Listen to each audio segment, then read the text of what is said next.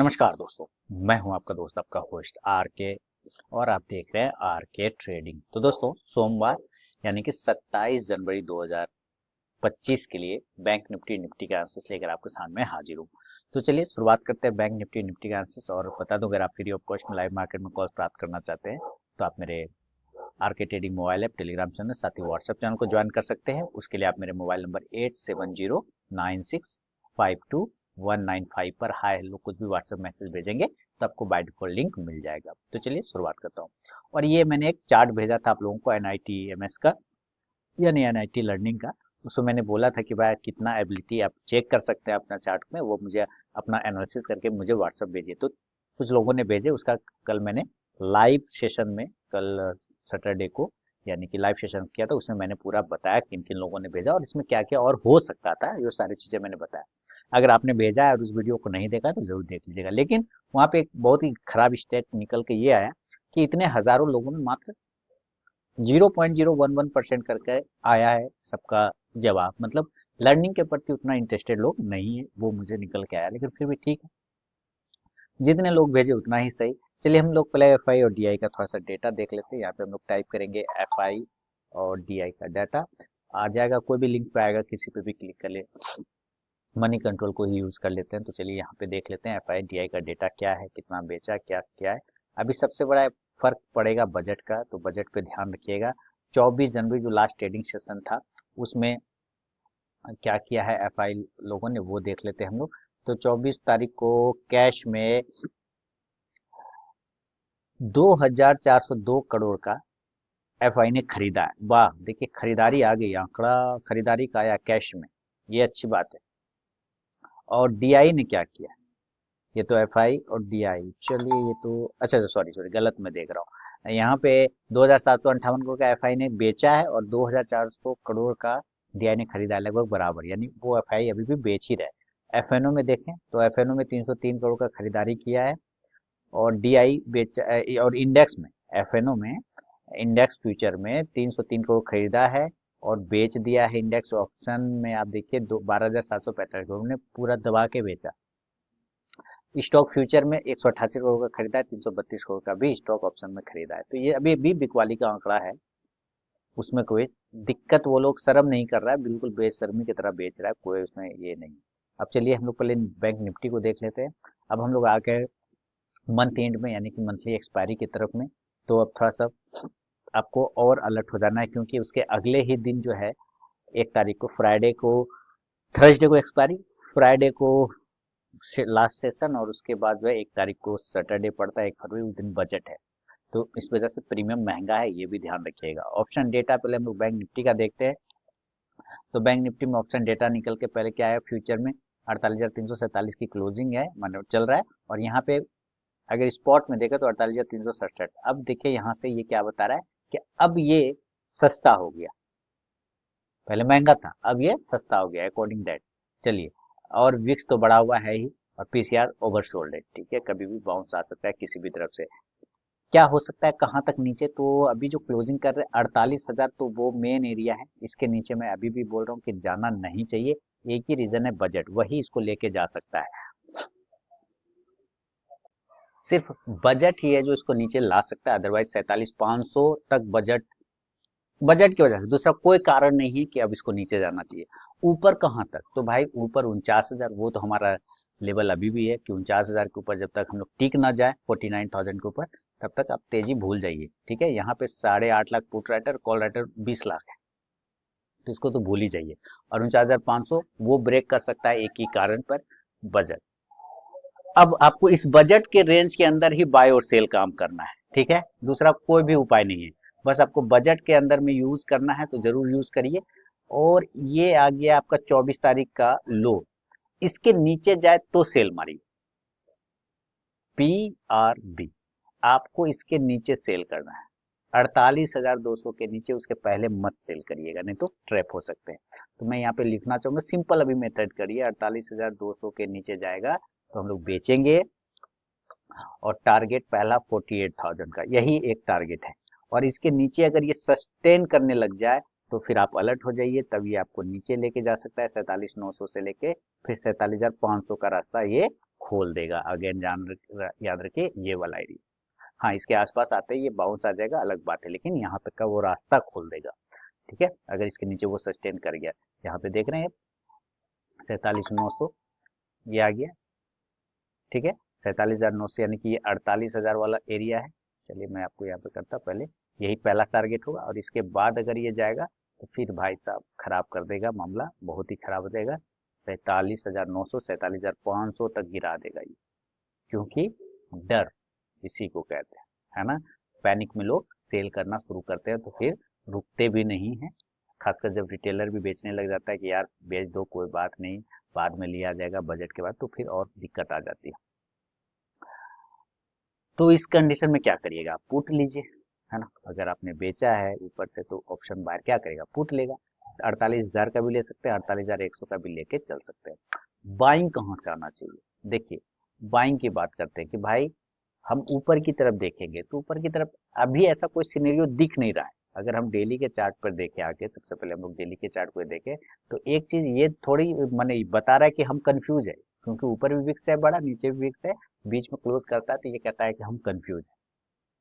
तो भाई कब मिलेगी क्लियरिटी, तो अगर आप इंट्राडे ट्रेडर हैं, होंगे मैक्सिमम लोग तो वही होते हैं, तो 48,500 के ऊपर एक बार निकल जाए, 48,500, ठीक है। अगर आप बाय करना चाहें तो 48,500 के ऊपर, इसके ऊपर बाय करिए, और टारगेट हो जाएगा 48,600 से लेके फिर एक बार ये देखिए, ये जो एरिया है ना, ये एरिया है मल्टीपल रेजिस्टेंस 48,800, देख रहे हैं ना, तो यहाँ तक वो जा सकता है 48,800।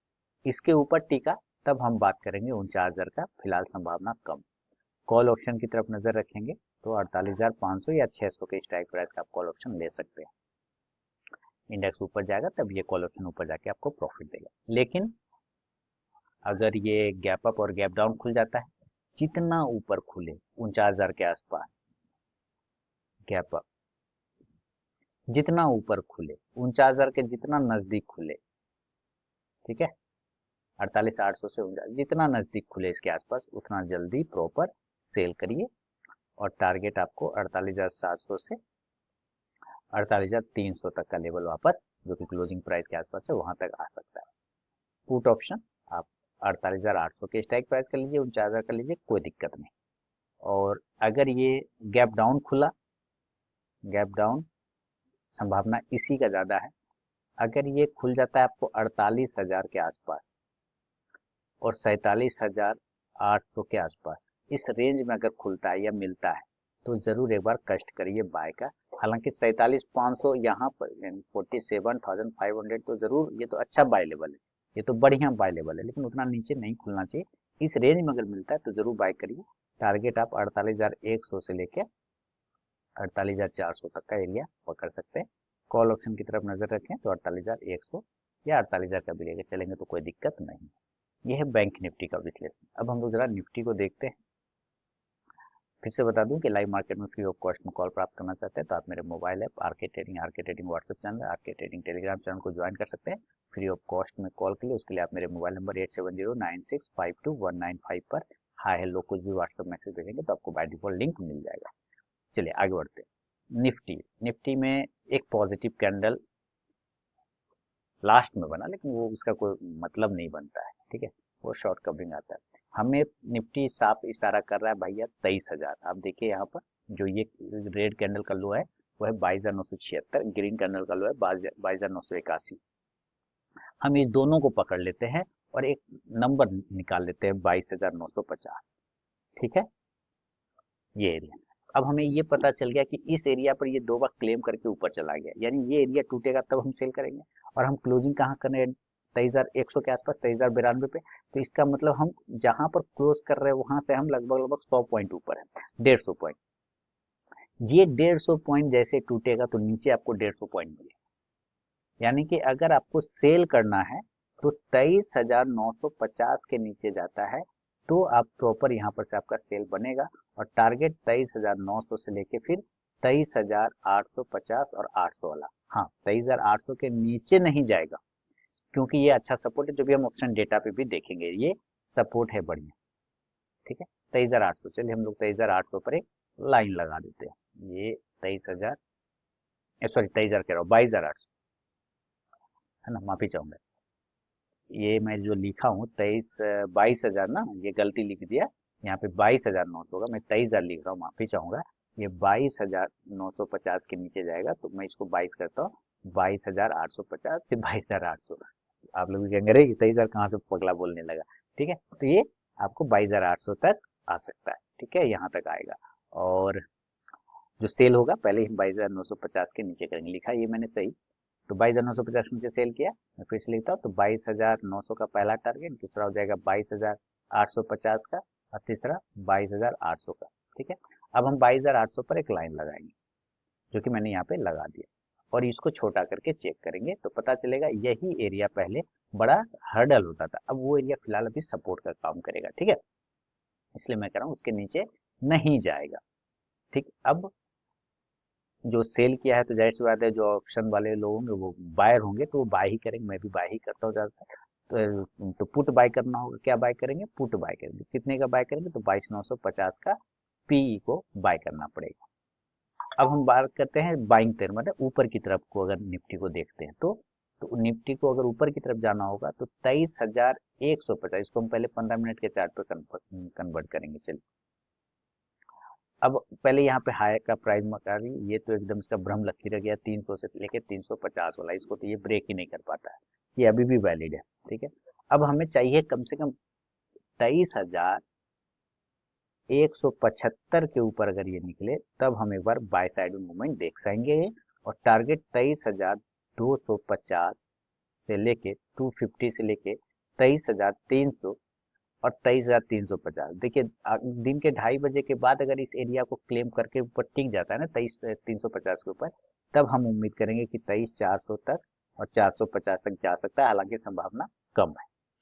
कॉल ऑप्शन की तरफ नजर रखेंगे तो 23,200 के स्ट्राइक प्राइस का आप ले सकते हैं। अभी बजट में आपको यही रेंज में चलाएगा, बजट तक में आपको यही रेंज में पिटाएगा। ठीक है, आपको डिसीजन ही नहीं लेने देगा, बहुत ही छोटे दायरे में। देखिए ये आपको ऊपर भी ले जाता है, फिर सारा नीचे भी ले आता है, ये रोज का इसका काम हो गया, ये नीचे भी लाता है फिर ऊपर भी चला जाता है, तो इसी दायरे में आपको ये जान मारेगा अभी। तो थोड़ा सा 1-2 दिन ट्रेड नहीं भी करेंगे तो मत करिए, कोई दिक्कत नहीं है, बाद में करिए। ऑप्शन डेटा देख लेते हैं, ऑप्शन डेटा क्या बता रहा है, पीसीआर ओवरसोल्ड है 0.76 है। ठीक है, इंपॉर्टेंट एरिया हम क्लोज कर रहे हैं 23,100 पर, हमारा 23,114 का फ्यूचर है, 23,092 क्लोजिंग है, तो ये थोड़ा अभी भी महंगा है प्रीमियम, कोई बात नहीं। हम नीचे की तरफ में 23,000 का पहला सपोर्ट देख रहे हैं, आपको अभी बताया कि ये अगर 22,950 को तोड़ देगा तो ये खत्म हो जाएगा कहानी। यहाँ पर अगर हम देख रहे हैं तो 29.5 लाख के आसपास में call writer, put writer 62 lakh है, तो ये टूटना ऐसे नहीं चाहिए। लेकिन अगर टूट गया तो हम कहाँ जाएंगे, 100-150 पॉइंट नीचे चल जाएंगे सीधा, 22,850 थर्ड एक्सेस। कब जाएंगे, जब ये 22,950 को तोड़ेगा तब। अब हम ऊपर की तरफ देखें तो 23,300, ये तो ब्रेक ही नहीं हो रहा है भाई, ये तो ब्रेक ही नहीं हो रहा है, 300 और 350, इस दो को मिला के देखते हैं तो 25, 26, 5, 31 लाख हमारा पुट राइटर है, 31। और अगर कॉल राइटर देखते हैं तो भाई 55 पकड़िए इधर, 15 पकड़िए इधर, तो 70 हो गया, 70 लाख, तो डबल का मुकाबला है, डबल से भी ज्यादा है। तो ये तो टूटता ही नहीं, ये टूट जाएगा तब तो बहुत तगड़ा शॉर्ट कवरिंग करेगा। समझ में आ गया कि कहाँ पर से, तो अब ये एरिया आपको पता चल गया कि ये रेजिस्टेंस है, तो कल दिन अगर आपको यहाँ पर मिलेगा तो आप क्या करिएगा, गैप अप में अगर ये आपको 23,300 से लेके 23,350 के आसपास मिलेगा तो सेल ही होगा। सेल करेंगे तो टारगेट क्या होगा, 23,250 से 23,150 तक का एरिया आपको मिल सकता है, खराब हुआ तो फिर 23,100 तक। फिर पुट ऑप्शन पे आपको नजर रखना होगा 23,300 के स्ट्राइक प्राइस का। और अगर ये गैप डाउन हो जाता है, यानी कि नीचे खुला, तब गैप डाउन, अगर ये नीचे खुलता है सीधे आपको 22,900 पे मिल जाए, 22,850 पे मिल जाए, इस जगह पे मिल जाए, तो आपको जरूर से जरूर बाय साइड में दिमाग लगाना चाहिए। टारगेट 22,950 से लेके फिर 23,150 तक का एरिया क्लेम कर सकता है। कॉल ऑप्शन आप इस कंडीशन से 22,900 या 950 का भी लेंगे तो कोई दिक्कत नहीं है। तो यह है बैंक निफ्टी और निफ्टी का विश्लेषण दोस्तों, सोमवार 27 जनवरी 2025 के लिए। पसंद आया तो जरूर फीडबैक करें, कमेंट करें, और आपके tele mobile app, Telegram channel, WhatsApp channel को ज्वाइन कर ले। और साथ ही ये भी ध्यान रखें कि भाई देखिए अभी बजट का वॉलेटिलिटी इसी तरह से चलता रहेगा, आपके पास डायरेक्शन नहीं है, क्लियर, कोई जो बड़का बड़के सूट बूट वाले भी आते हैं ना टीवी पे हमेशा जाने, कोई उनको डायरेक्शन नहीं मालूम है, मार्केट क्या करेगा नहीं करेगा, वो हर दिन आता है और अपनी बात को काटता है। कल दिन मैंने ऐसा बोला था, ये नहीं बोलता है, ऐसा होगा वैसा, फिर अगले दिन कुछ और बोलता है। ठीक है, तो सवाल यही कि डायरेक्शन किसी को नहीं मालूम है। तो जो आपको समझ में आ रहा है अपना दिमाग से, मोटा मोटी एक ही चीज हमें समझ में आ रहा है कि अभी थोड़ा शांत होकर बैठना चाहिए। जितना भी थोड़ा सा शांत होकर बैठेंगे, हलचल है समुद्र में उठा हुआ है, सुनामी टाइप का है, ऊपर नीचे कर रहा है, हम उसमें क्यों नाव चलाएंगे। थोड़ा सा शांत होने देंगे, उसके बाद करिए तो कोई दिक्कत, मार्केट थोड़े तुम, आपको गुस्सा आ जाएगा कि भाई तुम 2 दिन आया नहीं, कहाँ गया था तुम, इंतजार किए तुम्हारा, ऐसा नहीं ना बोलेगा फिर। तो आराम से करिए, जब शांत हो जाए तब। ठीक है, चलो बहुत बहुत धन्यवाद।